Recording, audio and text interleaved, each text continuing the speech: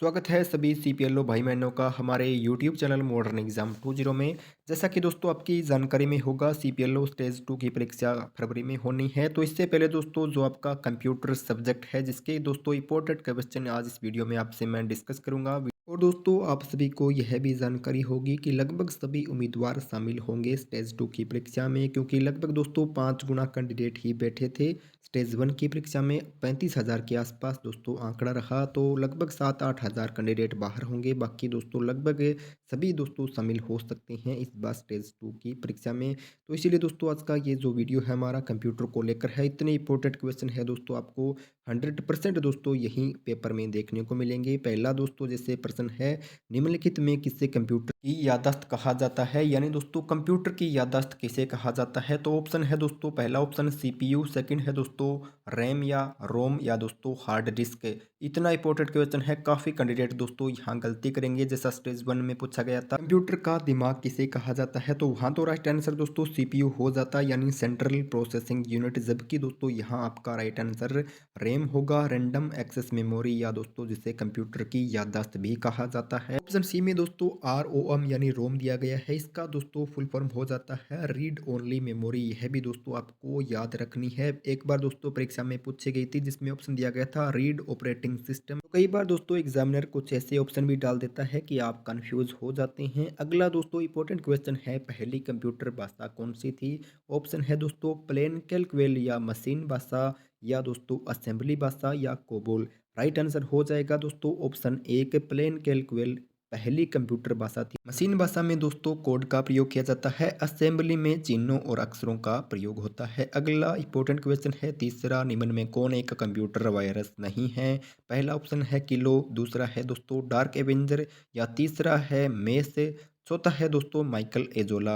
Right answer हो जाएगा option 3 में से। बाकी दोस्तों तीनों ऑप्शन कंप्यूटर के वायरस होते हैं। यह भी दोस्तों मोस्ट इंपोर्टेंट है, कई बार सीधा पूछ लेता है कि कौन सा कंप्यूटर का वायरस है, तो यह दोस्तों आपकी जानकारी में होने चाहिए। अगला चौथा और दोस्तों इंपॉर्टेंट क्वेश्चन रहेगा आपकी परीक्षा के दोस्तों लिहाज से, इंटरनेट को टेलीफोन लाइन के माध्यम से जोड़ने के लिए किसकी आवश्यकता होती है। एसएससी में दोस्तों बार बार पूछा गया है, और क्योंकि दोस्तों स्टेज 2 का एक मुश्किल एग्जाम आपका हो सकता है, क्योंकि केवल 1 गुना या 1.5 गुना कैंडिडेट ही दोस्तों डॉक्यूमेंट वेरिफिकेशन में जाएंगे। तो इसका दोस्तों राइट आंसर हो जाएगा मोडेम। मोडेम का दोस्तों प्रयोग किया जाता है जब इंटरनेट को टेलीफोन तार के माध्यम से जोड़ा जाता है, तो वहां पर मोडेम का प्रयोग होगा। इसका चौथा ऑप्शन एकदम बिल्कुल सही है। अगला पांचवा और दोस्तों आज की वीडियो का आखिरी क्वेश्चन है, वह प्रोग्राम जो दो भिन्न भिन्न प्रोटोकॉल वाले नेटवर्क के बीच डेटा संप्रेषित करता है क्या कहलाता है। ऑप्शन है दोस्तों आईपी एड्रेस, दूसरा है दोस्तों गेटवे, तीसरा है टर्मिनल,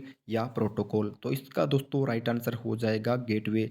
जब दोस्तों दो भिन्न भिन्न प्रोटोकॉल वाले कंप्यूटर के बीच डाटा संप्रेषित होता है तो उसे गेटवे कहा जाता है। ऑप्शन एक में आईपी एड्रेस है, जिसका दोस्तों अर्थ होता है इंटरनेट प्रोटोकॉल है।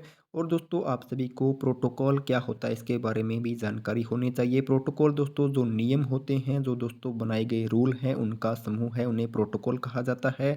कुछ दोस्तों आपके लिए इंपॉर्टेंट फॉर्म, यानी जिनका दोस्तों संक्षिप्त रूप आपको पता होना चाहिए। यह दोस्तों आपको इस बार 2 से 3 यहाँ तक की 4 भी पूछी जा सकती है, क्योंकि दोस्तों पिछली बार पूछा गया था सीपीयू के बारे में, तो उसकी उम्मीद करता हूँ आप सभी को पता होगी। पहली दोस्तों जो हमारी फॉर्म है यूआरएल, जिसका दोस्तों फॉर्म बनेगा यूनिफॉर्म रिसोर्स लोकेटर। जबकि दोस्तों डीओएस का दोस्तों अर्थ होता है डिस्क ऑपरेटिंग सिस्टम।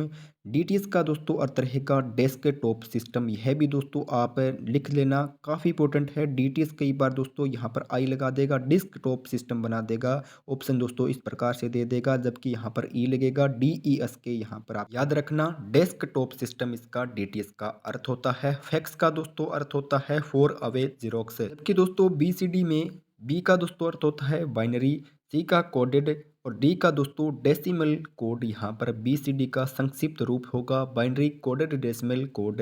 इस प्रकार दोस्तों कुछ एक आपकी जो इंपॉर्टेंट फॉर्म रहेगी जिनका संक्षिप्त रूप आपसे पूछा जा सकता है। बाकी दोस्तों मैंने कुछ आपको पहले बता दी, कुछ दोस्तों आप अपनी तरफ से कर लेना। यदि आप दोस्तों एक सही रणनीति बनाना चाहते हैं कि किस तरह का पेपर आएगा, किस तरह आप दोस्तों क्लियर करेंगे, क्योंकि लगभग 1.5 गुना कैंडिडेट ही रखे जाएंगे, या ज़्यादा से ज़्यादा दोस्तों दुगने कैंडिडेट डॉक्यूमेंट वेरिफिकेशन में बुलाए जाएंगे। इससे ज़्यादा दोस्तों कैंडिडेट नहीं बुलाए जाएंगे। तो स्टेज 1 में दोस्तों जितने भी आपके पेपर हैं, जैसे दोस्तों सेट ए, सेट बी या दोस्तों सी, डी, जितने भी दोस्तों सेट हैं सभी का दोस्तों आप एक बार फिर से अध्ययन करें। कुछ न कुछ दोस्तों आपको एक्स्ट्रा फैक्ट मिलेगा। क्या दोस्तों आपको हरियाणा के बारे में पढ़ना है, क्या आपको जीके के बारे में, बाकी जितने भी दोस्तों आपके सब्जेक्ट हैं, एक इंग्लिश और कंप्यूटर को छोड़ करके एक नॉर्मल, एक सामान्य दोस्तों आपसे क्वेश्चन पूछे जाएँगे। जबकि कंप्यूटर और इंग्लिश में थोड़ा-मोड़ा आपको फँसा सकता है, घुमा सकता है। आगे किसी भी अपडेट के लिए चैनल को सब्सक्राइब कर दें और वीडियो दोस्तों अच्छी लगी हो तो लाइक भी कर